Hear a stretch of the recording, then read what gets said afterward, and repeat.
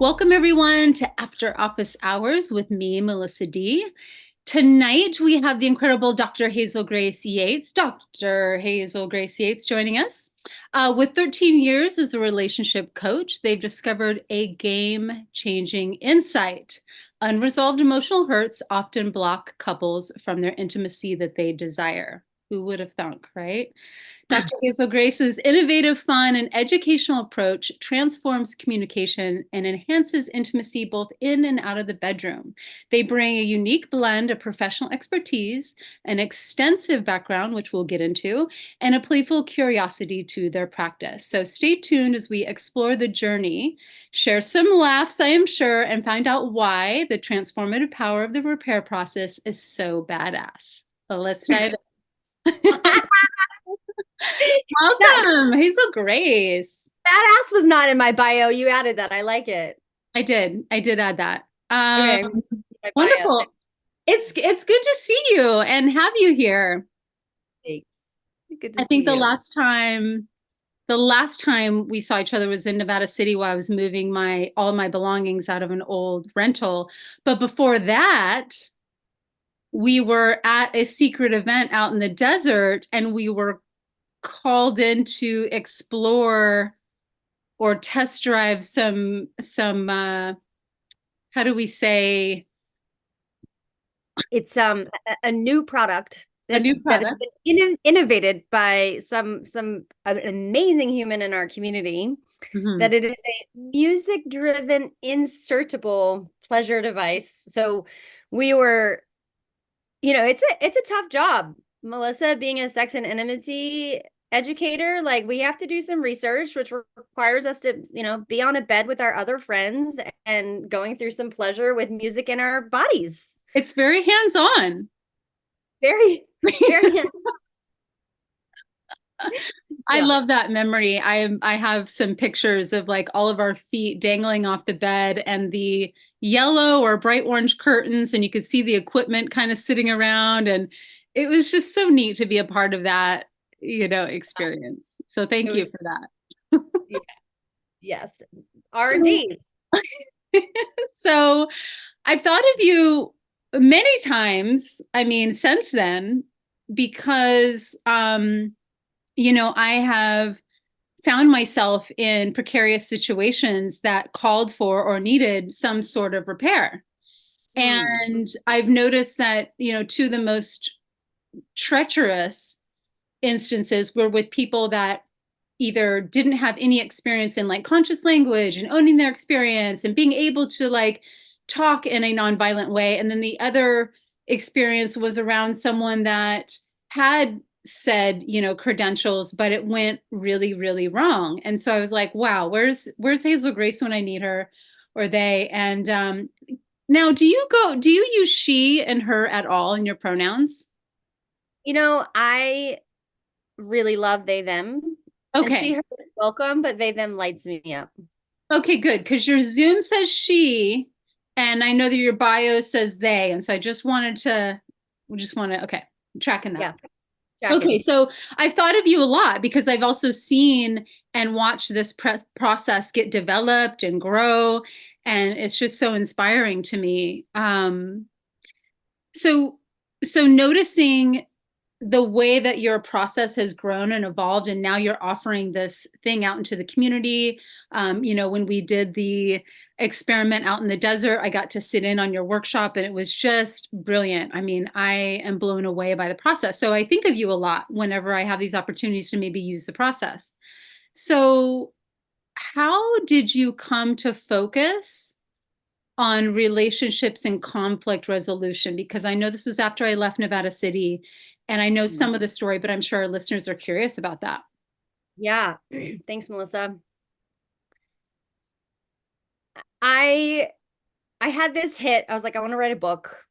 And this has been in me for a long time. And Nico, my partner, and I were on a road trip a couple summers ago. And it just came to me. And I was like, okay, I know what I want to write my book about. Because what I realize what I'm really good at is repairing through conflict. And what I see is other people aren't very good at it. And like it's not we're not taught really healthy ways of how to navigate conflict. Like we don't have a lot of role models. And so I got clear about what I wanted to write my book on, and then nothing happened with it until about a year ago. I was on a vision quest, sitting in a tree for hours by myself, and then the word repair appeared, like the acronym, and I was blown away. I didn't like, it wasn't like I was sitting there thinking like what could be the acronym. It just appeared, and Like, I were got so, you thinking of anything else in that process? I don't remember. The only thing I remember is sitting in the tree and the word repair came. And Mhm. then I immediately, when I saw the repair, I saw every single word that was in repair. And then I was kind of freaking out a little bit because I was like, holy shit, I've been wanting to teach a process, but I didn't know how. And this structure encapsulates the communication skills that I think are imperative to have in order to be able to move through conflict in a way that actually creates more intimacy and connection and trust. So it came to me, and over this last year, I've been able to, write on the workbook, start writing on my book, and teach these workshops and start working with clients. And what's even cooler is I tell a story in one of my workshops about something that happened like 9 years ago. And what I realize is I've been doing the repair process for many, many, many years. I just didn't have an acronym or a process for it. And so it's exciting that I like developed this process, but it's who I've been being and how I've been interacting and communicating with people. I just didn't have a structure for it. And now I have structure. And because I have structure, it's something I can actually like teach to other people instead of it just Mhm. being in myself. Mhm. Yeah, it's been really beautiful to watch you I think we've been connected for like 5 years now because it was right when I moved, or not moved, but bought the company in Austin. And you've just been this figure online. And so we've produced some things, we've been in some friend circles, and I've even been a part of, when you called me in to repair some things. And I was Mm. really impressed, and also appreciated that that was even a thing, because most of my relationships, especially when I zoom back out a little bit, 5 years, 10 years, they were pretty messy if there was ever like a disagreement or hurt feelings or something, misunderstanding. And so it lacked direction, and like, oh, we're actually going to get on the other side of this, and we're actually going to be more connected, versus like, F you. Okay, this isn't working out. So I really appreciated that for myself, and also just the community on how we've overlapped. Do you? Yeah, thank you for sharing that, Melissa. And I would also offer too, because like it could go one way of messy and like blamey and fighty and all that. And I think the other path that it could take, which is also equally as messy, is avoiding it or not dealing with it and sweeping it under the rug. Because sweeping it under the rug doesn't actually clear it. It just creates more tension in the system. And when I say the system, I mean in the person, and I also mean in the we space between the person and the other person. Like there's something in the way. And so because I make a commitment in my relationships, romantic, personal, friends, colleagues, to clear when there is rupture, it actually creates clean relationships and relationships that are life-giving instead of draining. And Mhm. that's really, it's funny that you say that, Melissa, because I'm like, yeah, we have had some tension, conflict, misunderstandings. And I had the thought, I'm like, it's always been so easy to navigate that with you. And I feel so celebratory of our affinity and how easy it is to be in relationship together. Well, I think it also it speaks to like our training and little communities that we've been a part of, like especially like authentic relating was a huge one for me, and also my last partnership, because he came from that community, and so he taught me a lot. And Mm. so had I shown up, 15 years ago, that same Melissa may not have that same response or that ability or capacity to even like meet you in the conversation, which is what my experience has been when I just, when we hopped on, trying to have this repair conversation with someone that doesn't even have this on their awareness as a possibility. I find it really challenging. or I have Hmm. it challenging. But yeah, Hmm. let's get into that. So, do you want to walk us through some of the steps of Sure. the process? Okay. Yeah, and I'm gonna do it in a pretty fire hose, Yeah. lightning speed way. Yeah. And if you All want to right. double click on anything, feel free to double click. Okay, got it. Yeah. Okay. So if we visualize, imagine the word repair, the first three letters are REP, Okay. and that is what we call the preparation for the conversation. And so if you imagine this, the last three letters, AIR, that spells air. So it's clearing the air conversation. So the first three steps, you do the preparation for the clearing the air conversation. So we break it up into two kind of sections. So there's a prep before you even get into the juice of it. I love it. Okay. I'm Yes. following you.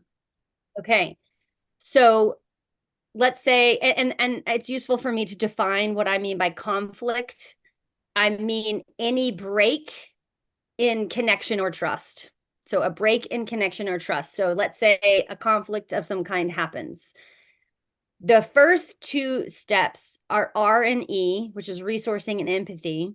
Those are things that I do away from and not with the person I'm in conflict with. So a conflict happens, and then I go and I get myself resourced and I explore empathy before I even ask for the conversation. And so the first letter is resourcing, and that is referring to our nervous system. And if we're dysregulated, activated, it's going to be really hard for us to listen to one another or even communicate what it is that we authentically want to communicate. So Hmm. resourcing our nervous system, this is something that you teach a lot of, which is how can we discharge any intensity and or how can we come into our body and present moment as much as possible. So we want to resource ourselves. And then the next step is exploring empathy. And empathy is about tending, again, it's another way to resource. It's tending to our own self, empathy for self. So like giving myself compassion and care of like, that didn't feel good. That sucked. And I want to give myself the permission and space to allow myself to feel that and like, yeah, actually feel it. So Right. empathy for self, Acknowledge. Yeah. yeah, acknowledge what it was like for me on my own away from the other person. And then empathy for other is what I call anticipatory understanding, because what you're doing is you're exploring empathy for other before you get to the conversation. And so this one is not, it's not like you have to reach empathy before you get to the conversation, but just in the act of being curious about what might have been going on for the other person, such that they did or didn't do what they did or didn't do. Mhm. Have they eaten? What's going on in their world? Maybe, just maybe, I don't have the whole picture yet. Maybe I don't know what's going on for them that happened, right? So resource yourself, empathy for self and other. So that's their resourcing. And then once you do that, you're going to go to P, which is stands for permission. And permission is so that when we actually get to the conversation, there's buy-in, there's receptivity, there's context, there's like, I'm a yes to this, it's informed consent, as opposed to just trying to, like side, what's the word? Blindside someone. Blindside. Yeah. Like come in and I, corner them and be like, we need to talk about this. yeah, and like that is actually going to create like that's going to create intensity, anxiety, or like fight or flight, or like so the permission step is really like what is the thing that we want to talk about and what is the desired outcome, what's the gift that both of us can get by choosing to engage in this conversation. Are Mhm. you available for it? And it's like, this is how intense it feels. Do you feel resourced in this moment for us to go into that conversation? If not now, when might be a good time, or where? Right. So the permission is making sure that both people are set up for success and both people feel as resourced as possible before going to the clearing the air conversation. So that's the prep. I'm going to take a breath. I love this because I'm already like seeing ways that wasn't resourcing myself. I was acting out of trigger. I was super pissed, but I was like maintaining it and not Mm, doing, not empathizing right away. The empathy for me usually comes much later after I'm like dwelling on it or time has mm, passed or whatever. So I love this very clear, like, try this, then try this, and then come to there. mm. Yeah, and what's been fascinating about teaching empathy with folks is, and this kind of surprised me, that several people were like, well, isn't it selfish or isn't it being a victim if I'm having empathy for myself? Or some people will say, um, I'm not used to, well, I'm used to having empathy for others, and I'm not actually used to, or I don't give myself permission to let myself feel the impact of whatever it was, or like actually be with myself in likely some version of a hurt. Mm. Yeah. So, Mm. um, cool. So that's the prep. And then that takes us to the clearing the air conversation, AIR. Love it. Acknowledge, acknowledge. Acknowledge is about getting on the same page, or what I call shared reality, about what did or didn't happen. Mm. So acknowledging what did or didn't happen and getting on the same page or shared reality about that. So just acknowledging, like, I acknowledge I said I'd be home at 5:30 with the text, and I acknowledge that I got home at 6 p.m. We can agree that that is what happened.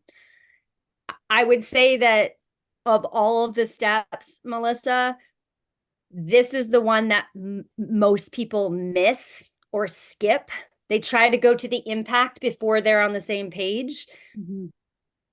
or it's real challenging, and just it's a difficult thing to get on the same page about what did or didn't happen. And there's a whole rabbit hole, and I have teachings around how to do that, but I'll just name one of the most important steps, and it's not always simple and easy. Like the example I gave you is really simple. Like, it's clear. Text 5:30.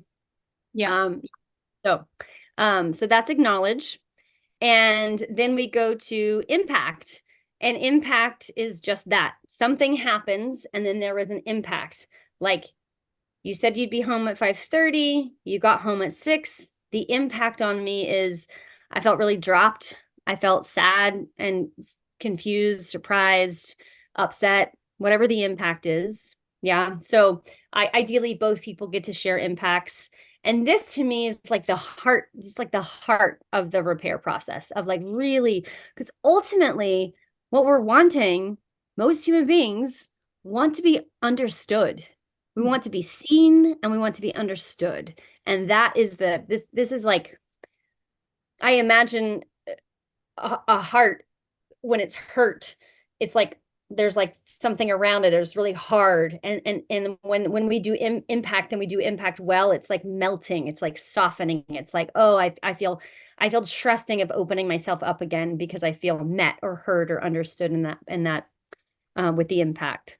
Absolutely. I know I can soften, when I hear someone acknowledge acknowledge me, and I do it with my son too.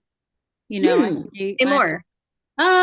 I noticed that, like, trying to think of an example just off the top of my head, but maybe it's waking him up earlier, or maybe it's taking him to I'm trying to think of a solid example, but I do try to share with him, um like, if I'm being grouchy one morning and I'm trying to rush us out the door, let's say, I acknowledge that, like, oh my gosh, I'm sorry if I sound really rushed, or if I'm rushing you outside, and I give him more information on what's going on in my world, and that I apologize if I feel, spicy or Yeah. bickery or whatever the thing is. Yeah, I'm trying Right. to And think of another example, well, but and that that would be a really great example of just saying, like, I acknowledge I did this, I'm sorry. And then the impact would be like, what was that like for you that I was rushing you? What was that like for you that I was being grouchy? Or what's the impact in that I've just been having a really hard week this week. Mhm. So that's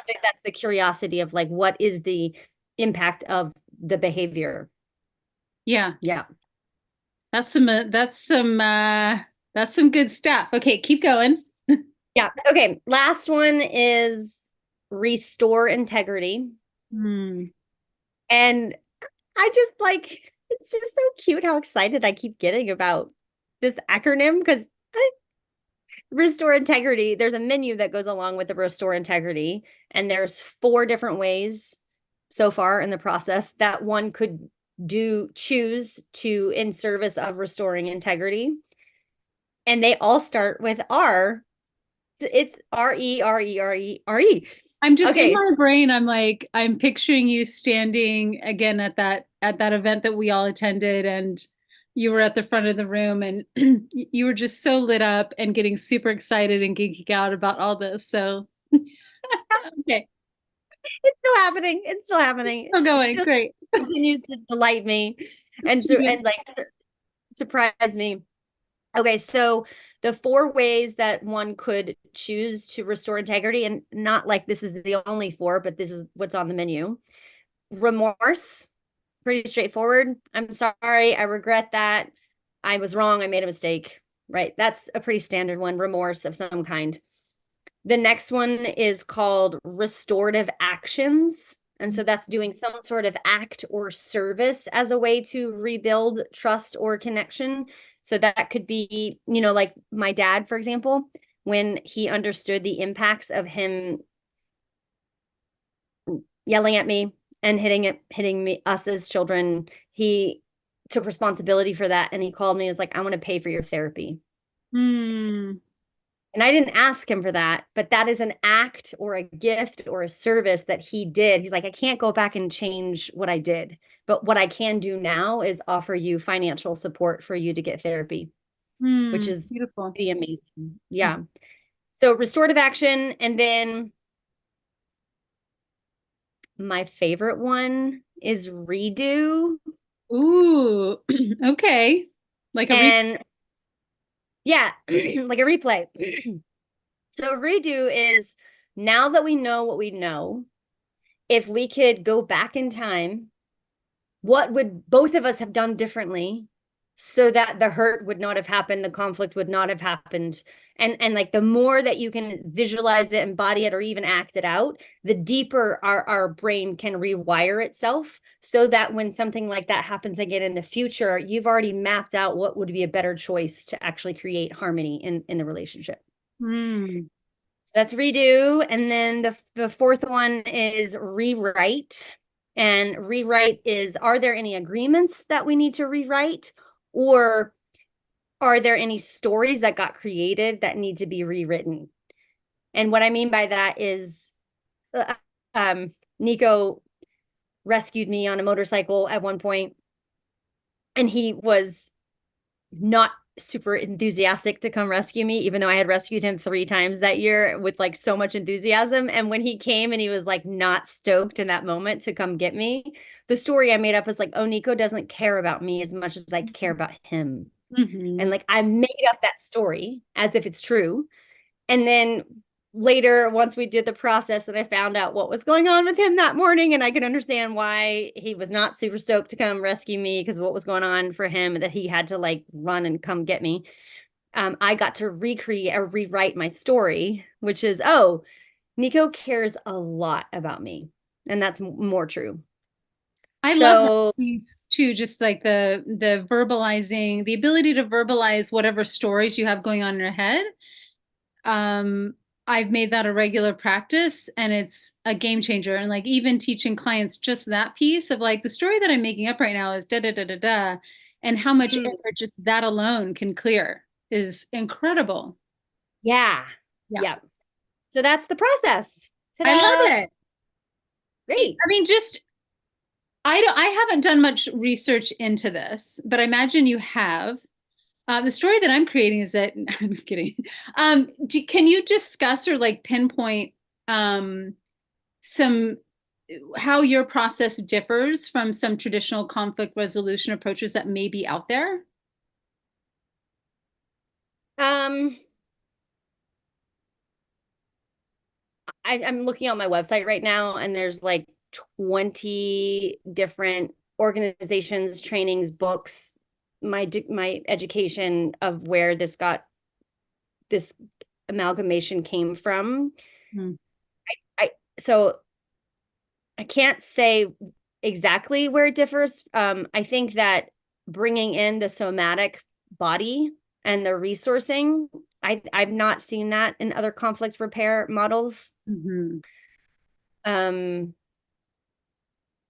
I mean, stands out as the loudest one. Like when I think about nonviolent communication, which is brilliant and great, it doesn't really have folks really focusing and noticing what's happening in their body and or like resourcing.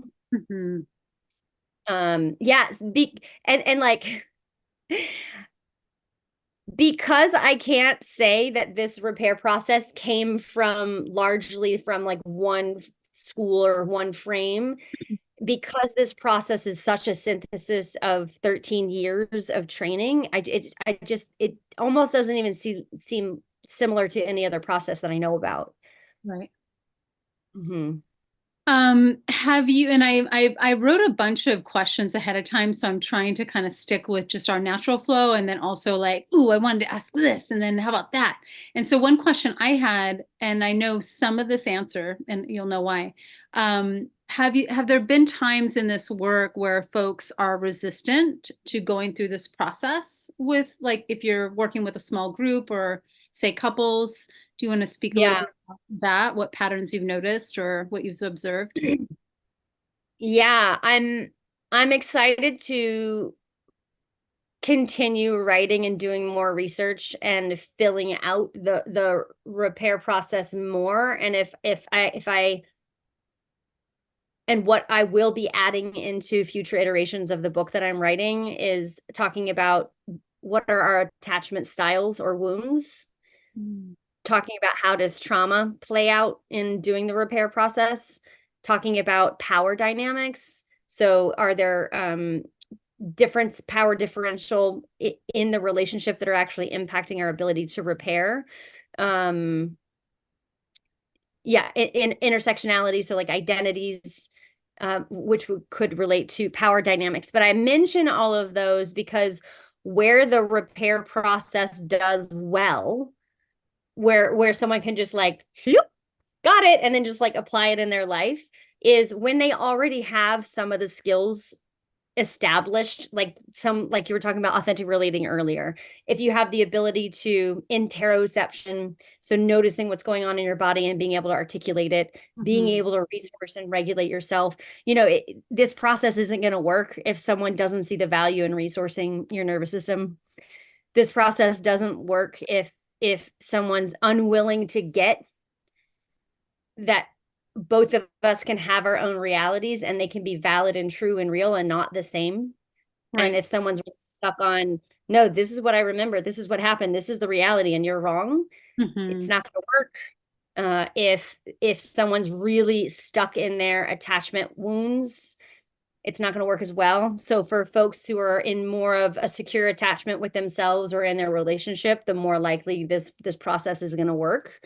Mhm. Um, yeah, and just like willingness willingness to want to repair, and having humility and the ability to take responsibility for what one did or didn't do. If someone's not willing to be accountable or own what they did or didn't do, like this tool is not going to work. Yeah. And It's so I imagine this is really beautiful, like for organizations, for couples, for, businesses, for, where there's people that interact with each other fairly frequently.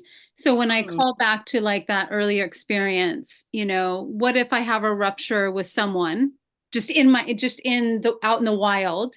Like, how do you even introduce the concept of going through this whole thing? mhm. What are your, like, I can imagine what I would do, but I'm curious what your answer would be. Well, the first thought that comes to my mind is this worth my time or energy? Is this person, is this relationship, am I willing to put the labor in, the energy, time, effort into repairing this thing? So one, is it worth it? The second thing I want to check is, do I trust their capacity because one of the things that I teach is that sometimes the repair process is not possible or not possible yet. Do Right. I trust their capacity and their willingness to actually do this process?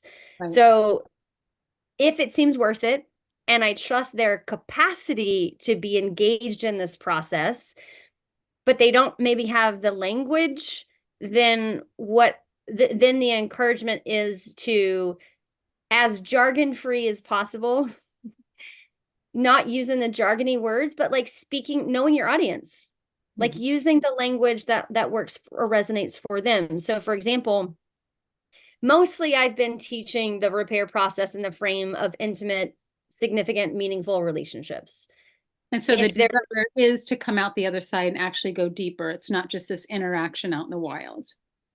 Right. Well, you can, but what I'm saying is the lens in which I've been teaching this is really more for like intimate partners, which would, if both people or more sums are groups of people are bought into this particular process and the language, great, use that language that works for them. But for example, like in my process, I use a thing called the charge scale, which again is jargony and it's a thing, it's a distinction, right? And if Yeah. you've never heard of the charge scale, someone's like, You're I like, feel a what is 7 that? scale. Like, what the hell is that? That doesn't mean anything to me. Right. So like using the language is going to work for the person. So if you're in an intimate partnership and they know what the charge scale is, you can use it. But if you're doing it with like cousin Bobby, who's never heard, that's funny, that's my dad's name, cousin Bobby, Yeah. who's never heard of a fucking charge scale, Like, what are you right? I'm not talking going to about? use that. Right. So then I would just be like, I'd be like, hey, I want to talk about something and I'm feeling like a lot of nervousness around it. Or like this is taking me a lot of courage to say that, have this conversation with you. So like using the language that would be understandable and relatable to the people that you're having the conversation with. Um Actually, I want to tell a fun story Yeah, let's hear it. about the repair process in the wild.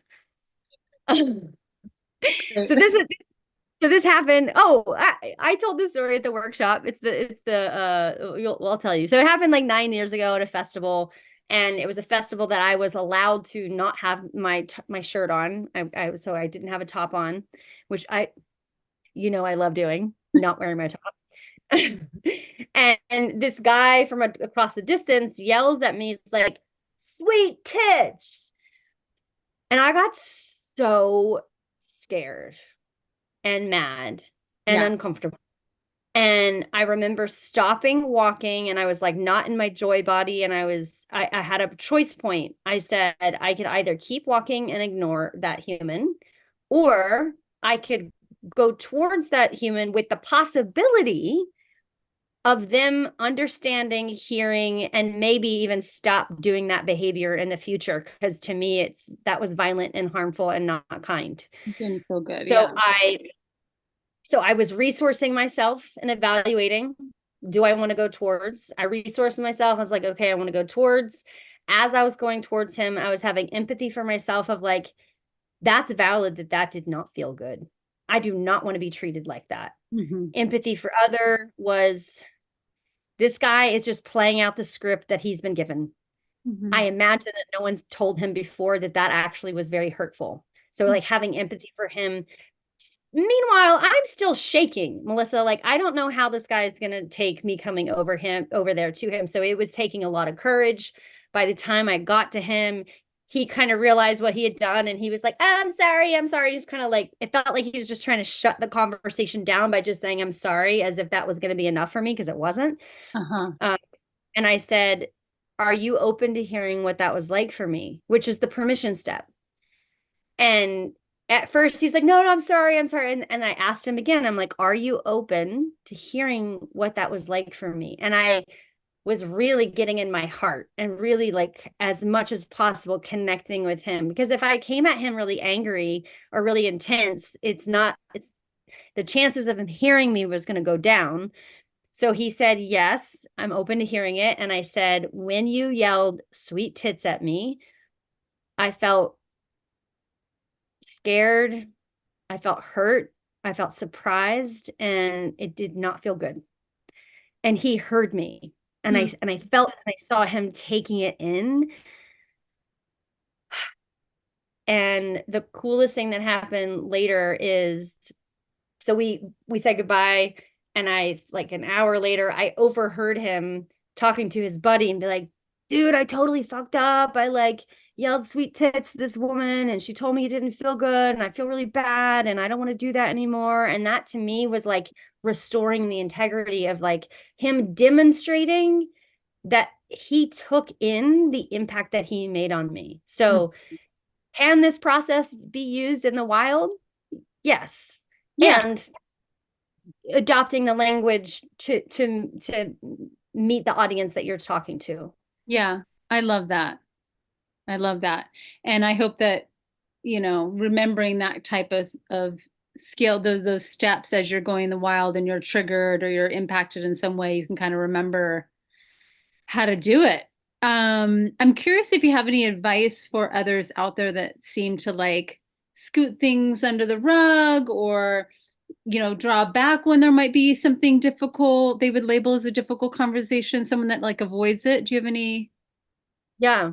to share there? Um, so the first thing that I want to say is with so much care and compassion.